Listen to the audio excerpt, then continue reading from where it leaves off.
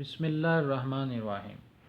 आज हम कार्बोरेटर की इक़साम के मतलब डिस्कस करेंगे कि कार्बोरेटर की कितनी इक़साम है और उनकी जितनी भी इक़साम होगी उसमें से जो एक किस्म होगी वो हम डिटेल के साथ विद डायग्राम्स डिस्कस करेंगे। क्या है जी कार्बोरेटर?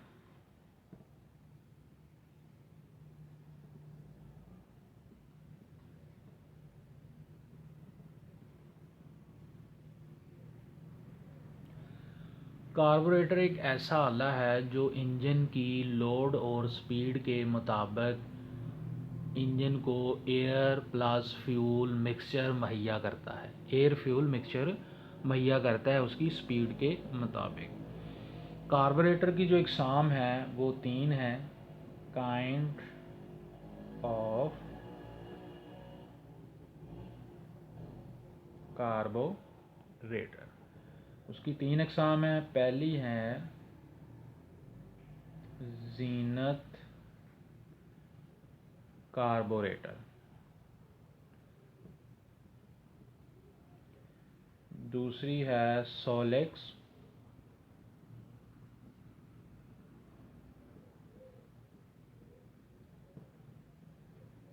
कार्बोरेटर, तीसरी है कटर कार्बोरेटर।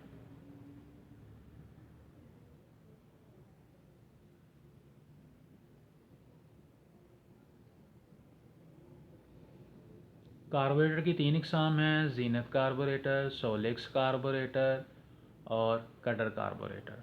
आज हम डिटेल के साथ डिस्कस करेंगे जीनत कार्बोरेटर विद डायग्राम कि ये वर्क कैसे करता है जीनत कार्बोरेटर।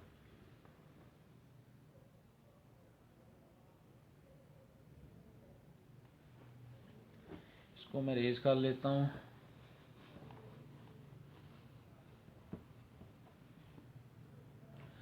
आज हमने डिस्कस करना है डिटेल के साथ जीनत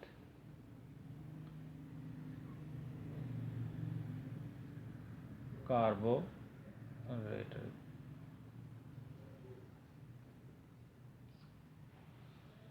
जीनत कार्बोरेटर की मैं डायग्राम बना लेता हूँ। डायग्राम से आपको बहुत ही जल्दी और बड़ी अच्छे से समझ आ जाएगी।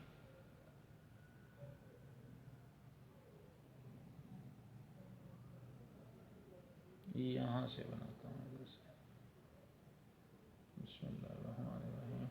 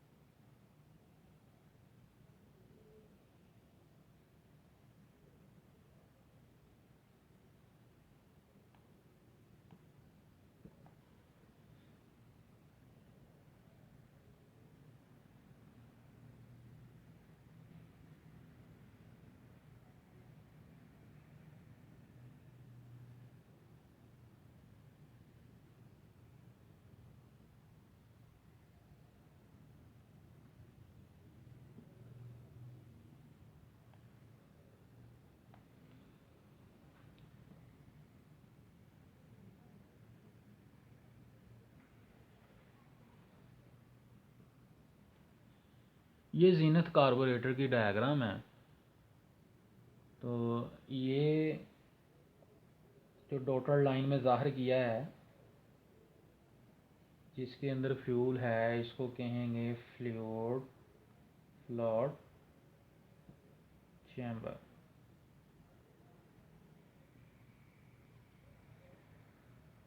और ये फ्लोट है। फ्लोट इसलिए इसको कहते हैं क्योंकि ये फ्यूल ने इसको तैरता ही रखता है, ये फ्यूल के ऊपर तैरता है।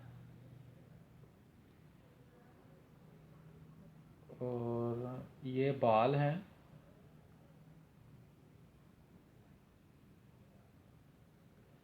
ये जो नीडल सी बनाई है, इसको ये वाली, ये इसको नीडल वाल भी कह सकते हैं, या स्पिंडल, नीडल वाल या स्पिंडल।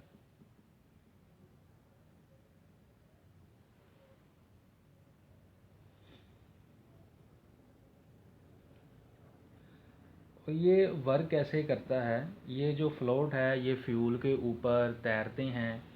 जैसे ही फ्यूल का लेवल कम होता है तो ये जो फ्लोट है ये भी नीचे को आ जाते हैं, ये दोनों। जब जैसे ही लेवल कम हुआ ये ऐसे नीचे को आए। इसका जो ताल्लुक़ है ऊपर बॉल के साथ है, जो कि यहाँ से फ़िक्स है, इधर से भी फ़िक्स है और इधर से भी फ़िक्स है। जैसे ही ये फ्लोर इसका लेवल कम होता है फ्यूल का फ्लोट चैम्बर में, तो ये जो फ्लोट है वो नीचे की तरफ आते हैं। जैसे ये नीचे की तरफ आते हैं तो नीडल को जो है वो ऊपर को उठा देते हैं, ऐसे ये नीचे को आए, ऐसे फ्लोट बॉल जो है वो नीचे को आए और नीडल को जो है वो ऐसे ऊपर को उठा दिया। जैसे ही ऊपर को उठाया तो ये जो रास्ता है ये ओपन हो जाता है। ये रास्ता आता है फ्यूल टैंक से। फ्यूल टैंक से यहाँ से फिर ये फ्यूल आना शुरू हो जाता है, यहाँ से रास्ता मिलता है। तो इधर से फ्यूल जो है वो फ्लोट चैम्बर के अंदर आ जाता है। जैसे ही इसका लेवल अप होता जाएगा तो ये फ्लोट भी ऊपर को उठेंगे। जैसे ही फ्लोट ऊपर को उठेंगे तो ये बॉल को भी ऊपर को उठाएंगे। जब ऊपर को उठेंगे नीडल को जो है वैसे नीचे की तरफ, ये सेंटर में इस साइड पे यहाँ पे स्पिंडल लगी होगी और स्पिंडल को नीडल को नीचे की तरफ धकेल देंगे। जैसे ही वो नीचे की तरफ धकेलेंगे तो यहाँ से जो रास्ता है वो बंद कर देगा और यहाँ से फ्यूल टैंक से फ्यूल आना बंद हो जाएगा, क्योंकि अंदर लेवल जो है वो पूरा हो चुका है। स्पिंडल का काम ये है फ्यूल के लेवल को बरकरार रखना।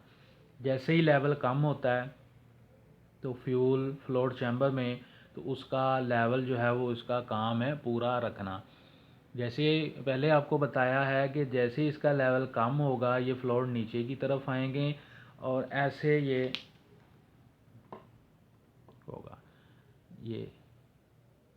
ये जो बोर्ड मार्कर है ये स्पिंडल है और ये जो मेरी फिंगर्स हैं ये वाली, ये इसको आप फ्लोट बॉल के साथ ये कनेक्ट है। जैसे ही लेवल कम हुआ तो ये ऐसे नीचे को आई और जो है स्पिंडल को ऊपर को उठा दिया, रास्ता मिलना शुरू हो गया। फ्यूल जो है वो फ्यूल चैम्बर के अंदर, जैसे फ्यूल आस्ता आस्ता भरता गया तो ये फ्लोट और बॉल ऊपर को उठते गए और ये जो बोर्ड मार्कर है जिसको हम स्पिंडल के तौर पर यूज़ कर रहे हैं ये नीचे को आ जाएगा। जैसे ये नीचे को आएगा तो ये रास्ता जो है वो बंद कर देगा। ठीक है, ये इस एरिए का जो काम था वो ये था कि फ्यूल के लेवल को बरकरार रखना है जी, इसने जितनी इसकी रिक्वायरमेंट है। अब हम इधर आ जाते हैं, ये चोक वाल्व है, इसको कहेंगे चोक वाल्व। ठीक है, और ये वेंचुरी है जिसको वेंचुरी कहते हैं। ये एयर हारन है, ये जिधर से एयर गुजरती है ये वाला, और इसके अंदर जो है वो वेंचुरी लगा देते हैं। इसका लगाने का मकसद क्या है कि रास्ता तंग बनाया जाता है। जब रास्ता इसको तंग मिलेगा तो जो भी एयर फ्यूल मिक्सचर होगा उसका प्रेशर जो है वो बढ़ जाएगा। जैसे अगर आप पाइप के साथ पानी लगा रहे हैं किसी भी चीज़ को, अगर आप पाइप को आगे से दबाएं तो आपका जो पाइप में से जो पानी गुज़र रहा है उसका प्रेशर जो है वो ज़्यादा हो जाएगा। यही वो काम करता है, प्रेशर ज़्यादा करने के लिए रास्ता जो है वो तंग बना दिया जाता है। जो इसके ऊपर ये जो वाल है ये है थ्रॉटल वाल्व है। ये थ्रॉटल वाल्व का जो ताल्लुक है वो एक्सीलेटर पैडल के साथ होता है। जैसे ही एक्सीलेटर पैडल को प्रेस करते हैं तो ये वाल्व खुलता जाता है। ये वाल्व जो है एयर फ्यूल मिक्सचर की जो मकदार इंजन की तरफ जा रही है, ये वाल्व उसको कंट्रोल करता है। जितनी ज़्यादा एयर फ्यूल मिक्सचर इंजन में जाएगी, इंजन भी उसी स्पीड के साथ चलेगा। यानी कि एयर फ्यूल जो मिक्सचर है वो इंजन की खुराक है। जितनी वो खुराक ज़्यादा लेगा उतनी ही उसके आरपीएम जो है वो ज़्यादा होंगे। इसका जो ताल्लुक है वो एक्सीलेटर पैडल के साथ होता है। जो ड्राइवर अपने पाँव के साथ जो इसको वो ऑपरेट करता है, उसको जितनी मतलूबा स्पीड चाहिए जितनी भी, वो उसी हिसाब से पैडल को प्रेस करता है तो गाड़ी जो है उतनी स्पीड से वो भागती है। देखो ना, वही बात आ गई कि इंजन के लोड और स्पीड के मुताबिक जितनी ड्राइवर स्पीड चाह रहा है वो उस हिसाब से पैडल को प्रेस करता है और एयर फ्यूल मिक्सचर जो है वो इंजन में दाखिल होती है तो गाड़ी जो है वो तेज़ भागती है। आम रूटीन में होता क्या है कि यहाँ से एयर आ रही है, एयर फिल्टर से फिल्टर होके, और फ्यूल जो है वो यहाँ से, इसको कहेंगे जी मेन ट्यूब में, सॉरी ये मेन लाइन है या मेन ट्यूब भी आप कह सकते हैं। और जिधर से ये जो मुकाम है, इधर से फ्यूल और एयर मिक्स होगी, इसको कहेंगे मेन जेट। ये मेन जेट है। यहाँ से जैसे ही एक्सेलेटर पैडल जो है वो ड्राइवर दबाता है तो ये वाल्व स्पीड के हिसाब से जितनी ये खुलती है उतनी गाड़ी की स्पीड होती है। यहाँ से जो फ्यूल है वो इस प्रेशर की वजह से, एयर के प्रेशर की वजह से यहाँ से पे आता है। ये वो मकाम है जिधर फ्यूल और एयर मिक्स होती है, जिसको मेन जेट कहते हैं। और फिर यहाँ से मिक्स हो के अच्छे से ये मिक्स हो जाती है हवा में, तो यहाँ से एयर फ्यूल मिक्सचर बन के आगे इंजन में चला जाता है। जब गाड़ी की स्पीड ज़्यादा हो जाए, तेज़ हो जाए स्पीड, तो वहाँ पे फ्यूल भी, ज़ाहिरी बात है, फ्यूल भी ज़्यादा चाहिए होगा गाड़ी की स्पीड के मुताबिक ही। तो वहाँ पे वो कंपनसेटिंग जो है वो लाइन लगा देते हैं, ये कंपनसेटिंग जेट। सी जे से मैं ज़ाहिर कर देता हूँ, आप समझ जाएंगे क्योंकि जगह थोड़ी है, यहाँ पे वो पूरा नहीं आएगा अगर मैं लिख दूँ कंपनसेटिव जेट उसको कहेंगे।